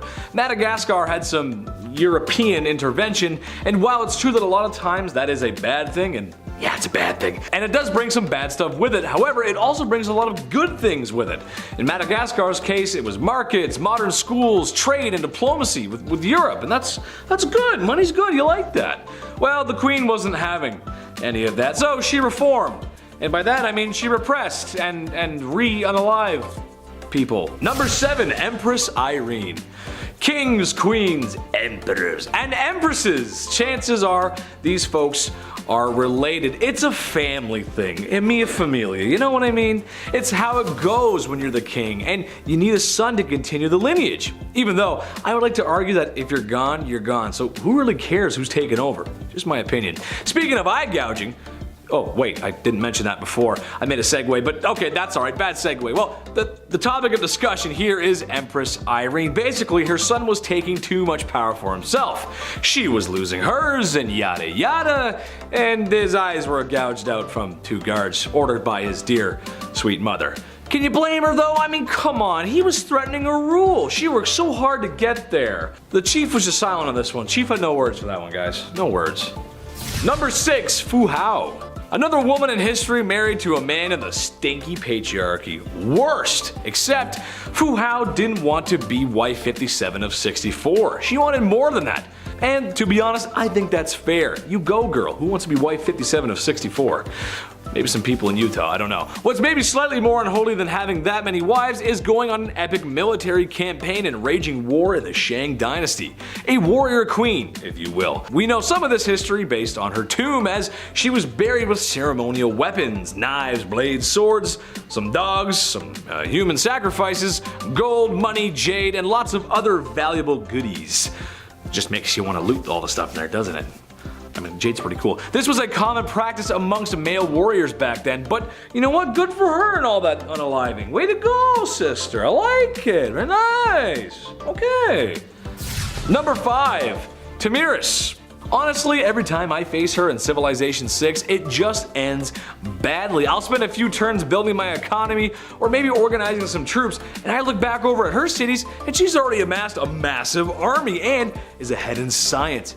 Yeah, I'm not the best Civ 6 player, but sheesh lady, come on, give me a break. This probably has something to do with her real life counterpart. Tamiris was a woman who lost her son to Cyrus the Great. So she said to herself, I don't know what's so great about this Cyrus guy.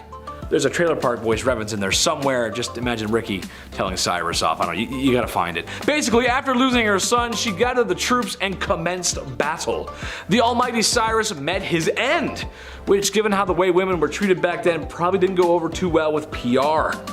Yeah, she got her revenge though. Number 4, the Trung sisters. The Trung sisters are double trouble. You're getting 2 queens at once here. China was being down bad and trying to conquer some things that maybe they shouldn't have. Naughty, no. The Trung sisters came to answer the call. These girls are actually revered as heroes still today in Vietnam. But what they were able to do for so long was very impressive. China had a very impressive army, no surprise there, and Vietnam was a much smaller country, or kingdom I guess you'd say, and their army was not as impressive. But the sisters managed to hold them off for 3 years. 3 years with their forces. That is crazy good. That is very impressive, and perhaps a lot of bloodshed too. Sadly, the sisters waded off into the waters before they could be captured, because after that long fighting, I wouldn't want to be captured either. Number 3, Grace O'Malley. Avassi landlubbers, ye be looking for Grace O'Malley. Well then ye come to the right place, sir. Thank you, thank you. That is my private impression. I will be here all week.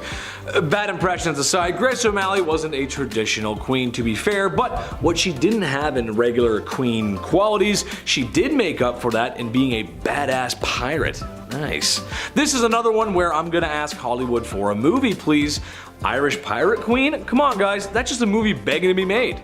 Grace O'Malley was a fierce pirate from the age of 11 and a wise woman who ruled the seas after her father's passing. I don't really have much to say after that, to be honest. I'll just wait for Hollywood to make their move. And maybe you can cast me in there. And I can put on some long red hair and some boots, and I could swim and just put the red hair on me right now. I just look so good. Number 1, my mom. My mom, I love her so much. She's the best. But man, sometimes, she's so unfair. I had to do chores when I was a kid, and I had to put down the toilet seat, and worst of all, she made me put the lid of toothpaste back in the tube when I was done with it. Ugh! I mean, come on, right? Not like she ever did anything for me, like birth me, feed me, raise me, clothe me, and love me unconditionally. And now I gotta make my bed? Oh, this is the worst day ever! I'm sure no other cute boy with blue eyes like me ever had this problem. Ugh! Number 10, King Charles I. You can put any king down on this list, really. People weren't as kind and loving as we are now. Or well, less cruel, I guess. King Charles was no different from any other, a monarch sniffing his own farts up in his castle, doing his very best to snuff out religious groups that he didn't agree with. A lot of guys were like that. It's brutal, but that's history, folks. Well, one such measure he took, I think, was so wrong, so heinous, and so criminal, and so offensive that he should have been locked up for life. During the 1600s, this man, in an effort to curb religious views, outlawed Christmas. Yeah, that's right. Outlawed Christmas. That means no gifts, no tree, no Santa Claus, no turkey, no stuffing, no nothing. This was quickly dissolved after he was removed from office. And yes, I know Santa Claus wasn't there then, but it's Santa Claus, it's Christmas. Can't have Christmas without Santa Claus. Number 9, William the Conqueror. You've all probably heard the name William the Conqueror. Battle of Hastings, illegitimate son of the king fighting for the throne, very violently too, I might add.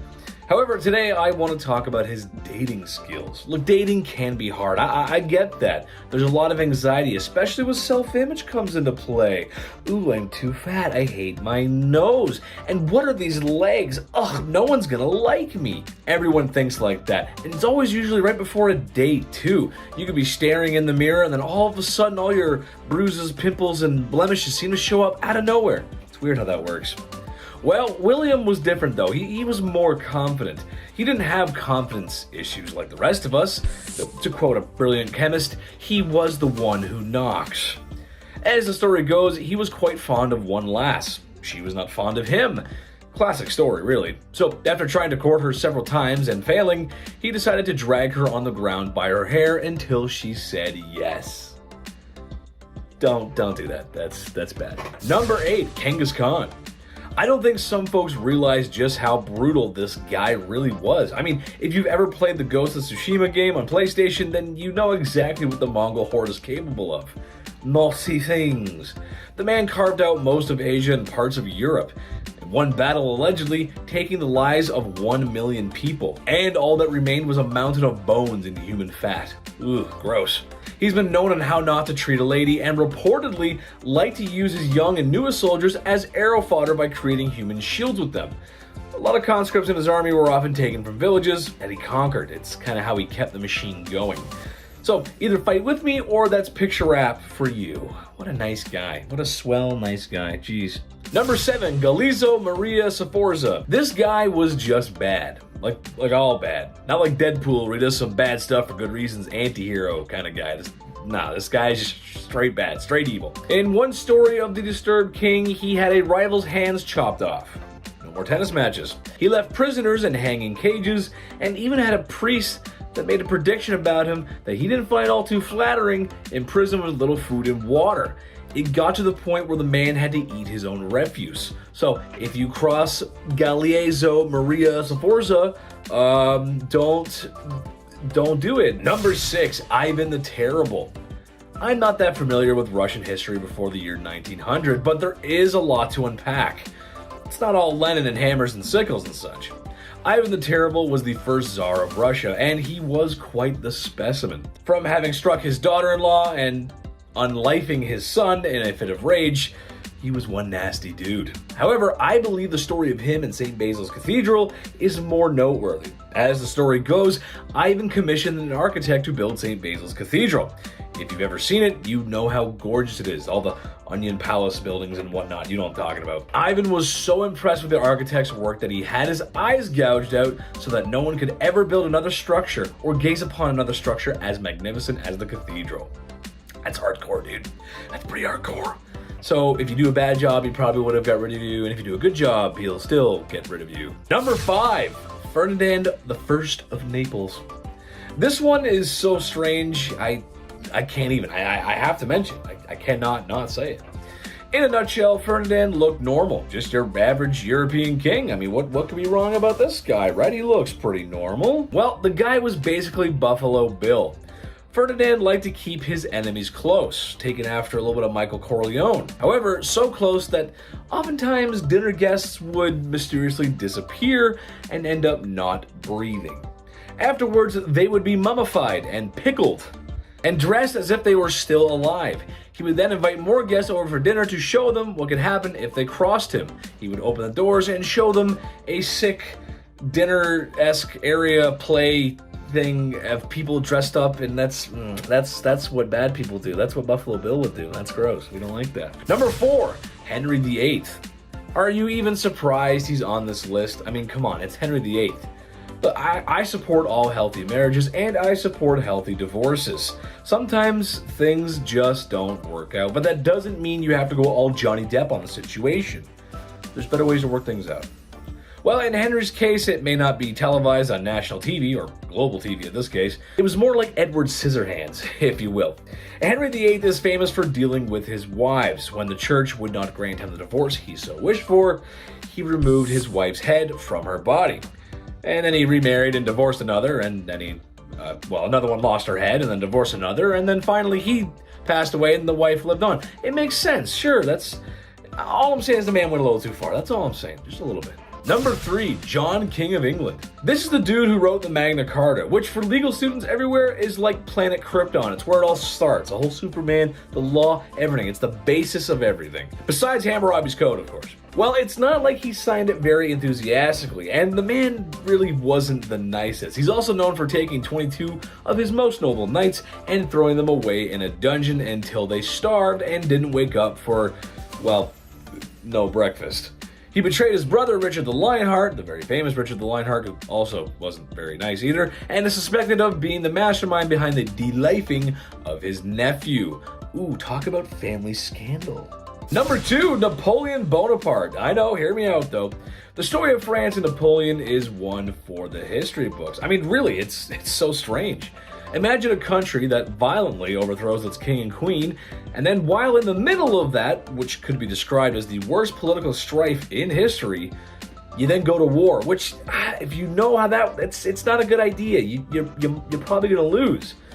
Except Napoleon didn't lose. Napoleon took France to war like 5 times within a short time period and won most of them. It's pretty good. Well, good for winning, not good for the people that didn't make it. That's when he declared himself Emperor of France and kind of lost his way, which it's stupid because it defeated the whole purpose and point of the revolution and the democracy that the people were so fighting for. Eventually, the international community caught up with him and banned him to an island twice. Because he came back and said, I'm back, and they're, no, back to the island. Go back, you're going back. Number 1, Elvis Presley. Look, I know, it's Elvis, but he's the king of rock and roll, man. You can't go wrong with Elvis. Plus, it kind of works too, because I think people have a really good image of him, but he actually wasn't. You'll see. He is the king of rock and roll, to be fair, and he's more famous than any king on this list, actually. But the king of rock and roll isn't so squeaky clean, and certainly not a stranger to crime and scandal. At some points in his career, you could find him excessive drinking and using illicit substances, if you will. He might have had to put on those jailhouse rocking denims, well, for real.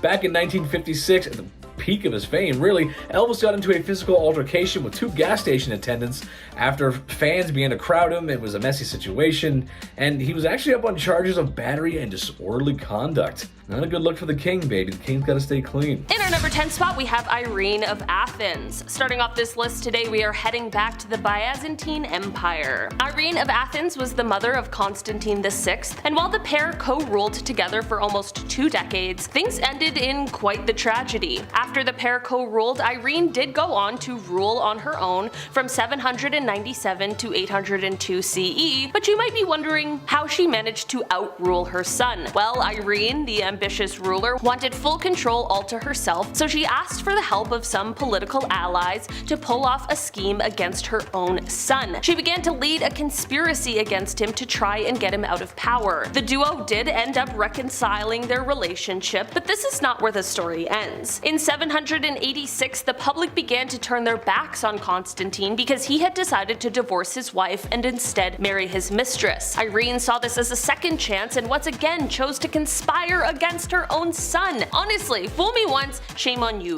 Fool me twice, this lady did not care. Here's where things in the story get exceptionally gory. Irene not only ordered the arrest of her son, but also ordered that his eyes be gouged out. Yeah, that's how good old Mumsy came into power. In our number 9 spot today, we have Elizabeth Bathory. Elizabeth was a Hungarian noblewoman who lived from August of 1560 to August of 1614. She was born into one of the oldest and most powerful families in Transylvania, and she was well educated and ran various estates and bore many children. Oh, and this is all happening while she was also killing young women and bathing in their blood.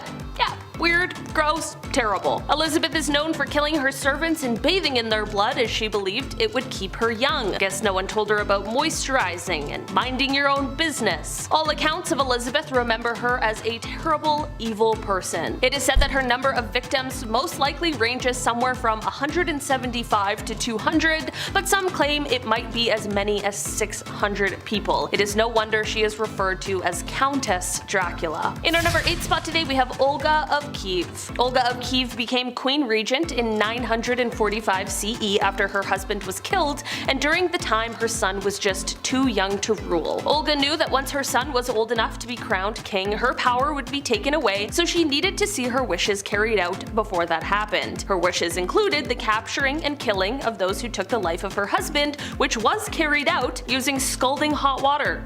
Yeah, don't even want to imagine what that would have been like. Don't kill the king, I guess. Historically, it doesn't seem to work out well. Apparently, in doing this, however, Olga developed a bit of a bloodthirst, and she would not rest until everyone associated with the people who killed her husband were all eliminated. She is the ultimate ride or die. It seemed like if you even looked in the wrong direction or breathed in the vicinity of someone who had something to do with the king's slaying, you could kiss your own life goodbye. Olga took hundreds of people out of the tribe that the killers were from. She devised a plan to bury the tribe leaders alive, and she even came up with a plan to set fire to their entire village. It is said that Olga may have locked the tribe's leaders in a bathhouse and burned it down, but we don't know for sure. All we do know is that she was not okay. In our number 7 spot today, we have Wu Zetian. Throughout the long and storied history of China, there has only ever been one woman who held supreme power, and that is Empress Wu Zetian. Of course, considering this historic feat, she wanted to ensure that she kept her power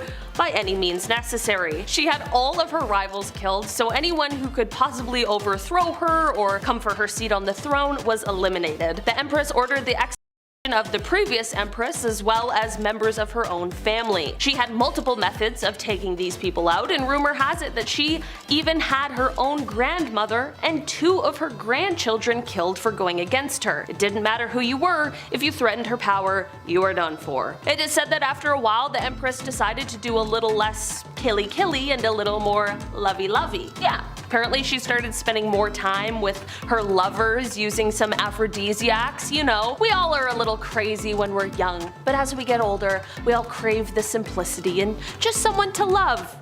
Right? Of course though, people don't forget, and they were sure to exact their revenge. The people fought back and ended up having all of her lovers killed, and the empress herself was exiled. You know what they say about karma? She does not miss. In our number 5 spot today, we have Caterina de' Medici. Caterina was an Italian noblewoman born into a famous family. She was Queen of France from 1547 to 1559, with marriage to King Henry II, and she was the mother of 4 future French kings. It wasn't exactly surprising news that her husband, Henry II, had a lifelong affair with a mistress, but on his deathbed, when he was begging to see his mistress, Caterina refused and left him to die a lonely and painful death. Do I entirely blame her? No, but it's also a pretty heartless move, you know what I mean? The daughter of the queen, Margaret, was said to be rebellious, but her mother wasn't just going to let her get away with it. The mother and daughter would fight over the married daughter's extramarital affairs, and it is said that Caterina's scream could be heard echoing throughout the palace. One fight between the two even saw her locking her daughter up in a castle, never to see her again. In our number 4 spot today, we have Agripina the Younger. Roman Empress Julia Agripina of Rome was pretty spoiled. She lived a lavish life. Her husband was the emperor and she had a family, but that just wasn't enough for her and she wanted it all. Julia was quite ambitious and she spent most of her early life trying to dethrone her predecessors. She believed that she and her son had a claim to the Roman throne by birthright, so she tricked her way into royalty by tricking her uncle Claudius into changing the Roman law so that they could get married. Suddenly though, after they got married and she became empress, Claudius died. Could be a really convenient coincidence,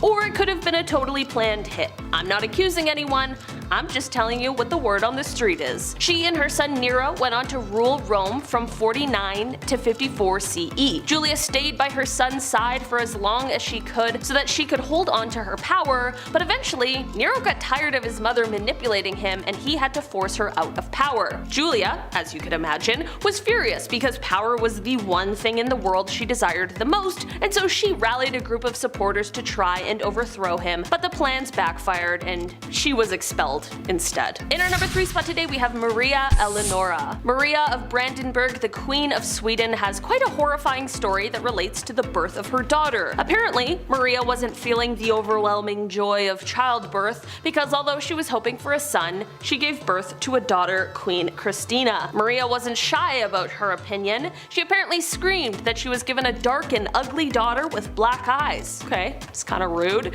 She referred to her new child as a monster and apparently just absolutely did not want anything to do with Christina and would have rathered that she just didn't exist. Apparently she even placed Christina to sleep next to the corpse of her father who had passed away. It's like a different kind of messed up. Things clearly weren't right with Maria. In our number 2 spot today we have Queen Isabella. Isabella co-ruled Spain from 1451 to 1504 with King Ferdinand II, and during her reign she had some pretty horrific views and feelings. She wanted to get rid of all Spanish Muslims and Jewish people from her kingdom. Sounds a bit like another evil ruler from history. In 1492 she ordered that all Jewish people either convert to Catholicism or get thrown out of the kingdom. She made them all come to Spanish court to either pledge their faith to Catholicism or get exiled from Spain. How horrible is that? The Queen has also been attributed with establishing the Spanish Inquisition, which definitely is not a historical highlight. Both Isabella and Ferdinand are often said to have done great things for Spain, which in some cases is true, but at what cost and for what reason? Number 10. Boudica. She was very tall, the glance of her eye most fierce, her voice harsh. A great mass of the reddest hair fell down to her hips. Her appearance was terrifying. Sounds awesome to me. One of the most famous queens in British history, Queen Boudica was originally co-ruler of the Iceni tribe of East Anglia alongside her husband King Prasutagus. That is, she was until the Roman governor of Britain at the time attacked. Prasutagus was killed and his lands and household were plundered by the Romans. Boudica and her daughters were rather savagely treated as well. So much so that after the fact she rose up leading other tribes of Britons who banded together and decided to take the fight back to the Romans. The Britons captured the Roman settlement of modern-day Colchester, with the imperial agent fleeing to Gaul. They fought to London and to St. Albans, storming the cities and sending the defenders fleeing. The Britons desecrated the Roman cemeteries, mutilating statues and breaking tombstones. The Roman governor of Britain at the time, who had fled with his troops into the safety of the Roman military zone, challenged Boudica with an army of 10,000 regulars and auxiliaries. Win the battle or perish, that is what I, a woman, will do.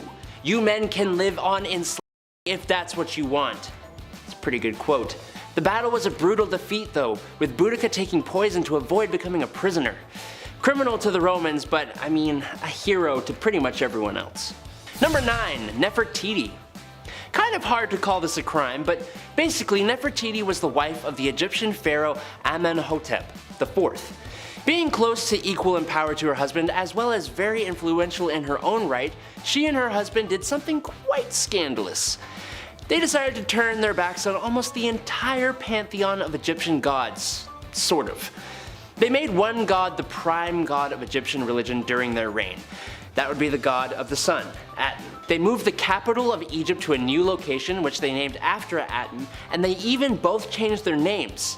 He became Akhenaten, and she became, give me a sec here, Nefertiti.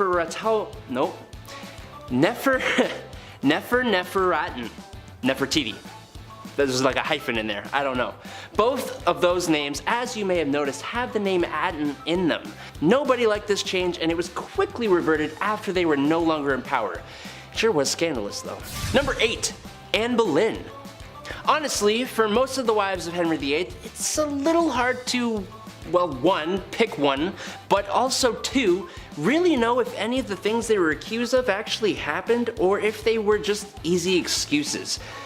But nonetheless, here we are, and since we haven't talked about any before, why not start with the second one, who was pretty much the catalyst for Henry VIII and England breaking away from the Roman Catholic Church and forming a whole new church, resulting in the deaths of an eventual thousands of people. You see, divorce is strictly prohibited in the Roman Catholic Church, so when Henry met Anne, his wife Catherine, who had not produced him a son to carry his name, just kinda had to go, prompting the whole damn Reformation. Was it worth it? No, because the marriage lasted 3 years before she was charged with infidelity and lost her head. I kind of feel bad for anyone associated with King Henry VIII though. Number 7. Queen Dida. Queen Dida of Kashmir was quite an ambitious queen mother. Dida seized complete administrative control during her husband's reign, ultimately becoming queen regent for her son and grandsons. That ain't enough for Miss Dida here. Mere advisory for her? No sir, she despised being just an advisor, and well, she disposed of all 3 of her grandsons using medieval forms of witchcraft and torture. Yikes. How dare they make Gma their advisor? Queen Dida got what she wanted at least, as she then reigned as monarch for 23 years, being in some form of power for nearly the whole of Kashmir's 10th century. And while she may have been more than a little brutal, she was honestly one of the best and strongest rulers Kashmir has ever had. Number 6. Queen Nandi. Queen Nandi of the Zulu Empire has a story that literally sounds like it's straight out of a movie. Before the Zulu Empire ever came to become a thing at all, Nandi was impregnated by a Zulu chief in the 1700s, giving birth to a son they named Shaka. But being the 3rd wife of the chief, she and her son were often ridiculed and shamed by other chieftains. Despite all that, Nandi raised Shaka to be an extremely fierce warrior. Shaka grew up to become the Zulu chief in 1815, and Nandi became the queen mother alongside him, known in English as the Great She-Elephant. She, alongside her son, wreaked havoc on those who had mistreated her and Shaka. But since Shaka remained unmarried, it was Nandi who, funnily enough, remained the power behind the throne of the Zulu Empire throughout her lifetime. She is the reason the empire ever existed in the first place, and if any of what she did was a crime, I kinda get it. Number 5. Julia Agripina, Nero maker. Yes, making Nero should be considered a crime. But honestly, Julia Agripina of Rome did quite a bit more than just that, and I can see where Nero got it all from. You see, Agrippina wanted to be in power, and when her uncle, Emperor Claudius, separated from his wife due to a scandal, Agrippina saw an opportunity, no matter how messed up it seems to both us and the people of the time. Agrippina seduced her uncle, became his 4th wife, and by extension, became the empress. But it doesn't stop there. She manipulated her uncle husband into making her son Nero heir to the throne, and set up a marriage between Nero and her daughter-in-law Octavia. It's even rumored that she poisoned the food that ended her husband's life, allowing Nero to rise to power, which really bit her in the butt when Nero had her assassinated. What is this crazy family? Good God. Number 4. Queen Theodora. Queen Theodora was scandalous before she even became queen. She was involved in theater from a young age, and one of her most well-known character portrayals involved her stripping down to next to nothingness. But her acting career slowed right down when she met and married Justinian I, who was the heir to the throne of the Byzantine Empire. The 2 of them were as thick as thieves and ruled together, but that doesn't mean she didn't have a knack for dispatching of those who threatened her position. She was scandalous, but she did way more good than she did bad. She set up houses for ladies of the night, worked for women's marriage and dowry rights, and banished brothel keepers from the Byzantine Empire. She was also a huge supporter of monophysitism. I hope I said that right. She's even considered a saint in the Eastern Orthodox Church of the modern day. Killing it, Theo. That's kind of a bad joke, actually. Number 3. The Great She-Wolf of France. Queen Isabella of France started off her queen life married to Edward II of England, who preferred the company of men to his own wife. This is obviously a precarious and possibly extremely frustrating situation to find oneself in, but she kept it bottled up and even gave birth to a son, Edward III. Until it all came to a head when her husband found a new favorite. She visited France and had an affair with Lord Roger Mortimer, an exile from England. But the better twist came when Isabella, alongside Mortimer and a mercenary army, invaded England, took the throne, and she became queen regent for her son Edward III until he came into power. She also was probably responsible for the dispatching of her husband Edward II while he was captured. Eventually her son would come into power, and she was imprisoned for 2 years before being allowed to live a quieter life in retirement. Number 2. Queen Fredegund. I was constantly double-taking almost the entire time I was reading about this woman. She was crazy ruthless and all seemingly for the betterment of both her bloodline and the Merovingian kingdom. She became queen in the 5th century, marrying King Chilperic, and organizing the death of Queen Galswintha and sending Queen Odovera to a convent. When Brunhild, a big enemy for the king, and sister of the late queen, swore vengeance on them, Fredegund brutally destroyed Brunhild's husband and sisters, destroying them as in that kind of thing. The queen also made sure that all of the other heirs to the throne stopped breathing, making it a sure thing that her bloodline would occupy the Merovingian throne. Her son, Clotaire II, was only a baby when the king met his end in 587, so, of course, this ambitious queen rose up to power, fighting battles, quelling rebellions, and ensuring the smooth running of the Merovingian kingdom in her role as queen regent. She met her end in 597, 10 years after her husband, but Clotaire II continued in his mom's footsteps, having Brunhild and all her descendants removed from existence, resulting in 20 years of peace. So it's good. Number 1. Cleopatra. A list of scandalous queens would not be complete without one of the most well-known and famous rulers in history. Cleopatra VII Philopator was the last pharaoh Egypt ever had, reigning from 51 to 30 BC. Her life was full of scandal. When she first came into power, she was co-ruler with her husband and brother, Ptolemy XIII.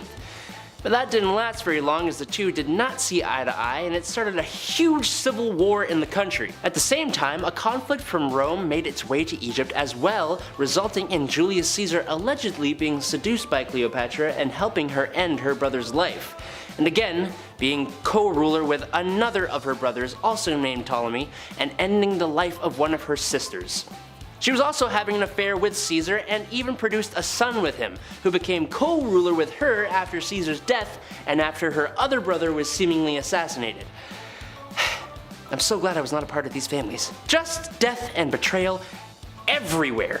She then went on to seduce second Roman triumvirate member Mark Antony and sided with him when Octavian and Mark Antony engaged in the final war of the Roman Republic, which Antony lost, fighting with and alongside him until she poisoned herself to avoid being paraded through Rome and executed the victorious Octavian. Maria the Mad comes in at number 7 of our countdown. She was just 16 years old when she became the Princess of Brazil and the Duchess of Braganza, then their queen following the passing of her father. Brazil changed from just a Portuguese colony to a large kingdom. Brazil, the Algarves, and the United Kingdom of Portugal are 3 famous formations recorded under Maria the Mad and her son. After the death of the queen's husband/uncle in 1786, however, there was a noticeable decline in her mental health. 1788 saw the passing of her daughter, newborn son, and her closest confidant. By 1792, after the passing of her eldest son a year prior, Maria seemed to be experiencing a combined symptoms of hallucinations, depression, and anxiety, all resulting from mass traumatic losses. It evolved to later include religious mania and melancholia. She started avoiding court gatherings and social or royal obligation. It was then her treatment went to Dr. Francis Willis, who tried straitjacketing, blistering, and ice baths, none of which were helpful for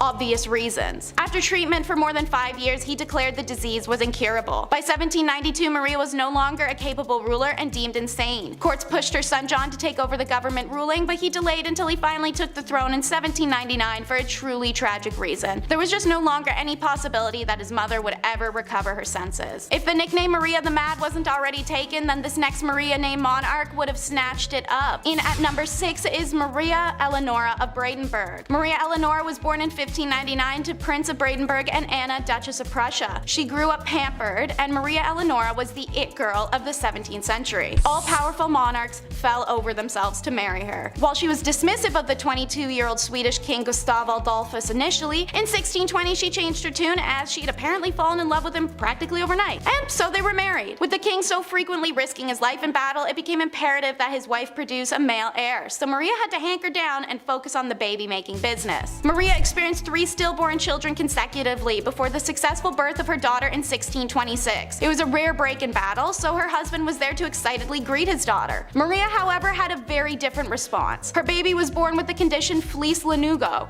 a condition where hair covers the body of a newborn. Her infant was enveloped from its head to its knees, leaving only its face, arms, and lower legs visible. Maria was horrified, claiming to have birthed a demon, and rejected her daughter for the decade to come, even after losing her husband in 1632 Battle of Lutzen. And while everyone mourns their own way, it's easy to say Maria really took it up a notch. She forced their daughter to sleep in blacked out rooms and reportedly hung King Gustav's heart in a golden casket on the ceiling above the bed, making the girl sleep directly under her father's blessed remains. In 1633, Maria Eleonora returned to Sweden with her beloved's embalmed body. She refused to bury Gustav for more than a year, reportedly embracing and caressing the decomposing king. Maria's story continues to become more demented with time, and her daughter grows to become her caretaker, especially when troublesome Maria runs away to Denmark permanently and her daughter's left to become the queen and pay her mom's allowance to Danish royals. Awkward. Number 5 may have not gone mad, but it was her favorite emotion, Empress Anna of Russia. She is remembered as a horrible and spiteful child with a cruelty streak. Young Anna was reported to be mannerless and vulgar. So when her father, who experienced a stroke shortly after her birth that left him handicapped, passed away, her very traditional mother attempted to raise her in classic elements of strict religious femininity, so she may be a quiet and obedient woman. Anna had other plans. She hunted animals, kept guns and swords, and terrorized other children as well as the commoners. This behavior was all a massive red flag for some of the crazy things she'd do later in life when granted power and the means. Anna's only husband ever was Frederick Williams, who at their reception indulged a little too heavy on alcohol and gave him a hangover so wicked that 3 days later he just died. In 1730, her uncle Peter the Great passed. The Privy Council turned her into the Empress of all of Russia since she was widowed and childless, which was assumed to cause less trouble. The joke's on them, because she turned around and immediately abolished the Supreme Privy Council and re-established the autocracy. Now, she had the sole power, and while she made some serious political waves, Anna also made some strange choices. She has a serious vendetta with Peter the Great's daughter Elizabeth, her cousin. Elizabeth was a better looking, younger, and also a rival for her throne. So she ruined her life. No nobleman could marry Elizabeth. If Elizabeth chose a commoner, the Empress would strip her of her titles and her claim to the throne. When Anna found out about Elizabeth's side piece, the unhinged Empress ordered her men to cut out his tongue and exiled him to Serbia. Anna even woke up one morning and decided to force Prince Mikhail to marry her lower-class older maid as a joke. After the ceremony wrapped up, Anna placed the Prince, Mikhail, and the maid in a cage, dressed them as clowns, and paraded them on top of an elephant to an ice palace she had constructed for their honeymoon. In the extreme cold of Russia, she reportedly advised them to get to doing the dirty with each other if they wanted to keep their bodies warm enough to stay alive. Maria Eleonora wasn't the only queen who couldn't give up on a dead relationship, pun intended. Number 4 is Joanna of Castile. Never meant to be a princess, let alone a queen, Joanna earned her title and nickname Joanna la Loca through unfortunate means.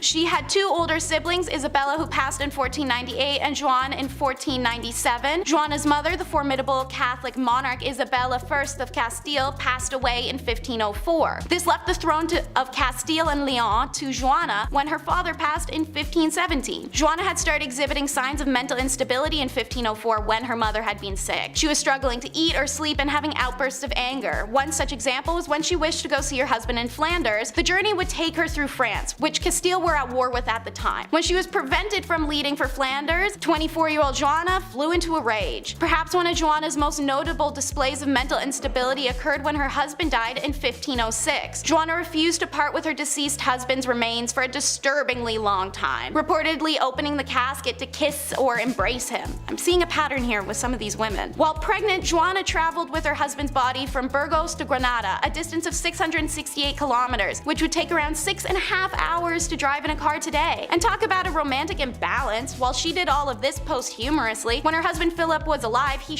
talked Joanna's madness to anyone that would listen and completely discredited the woman. In 1509, Joanna was placed in the royal monastery/convent of Santa Clara in Topless, Castile, by her son Charles, who also forbade Joanna to have any visitors until her passing.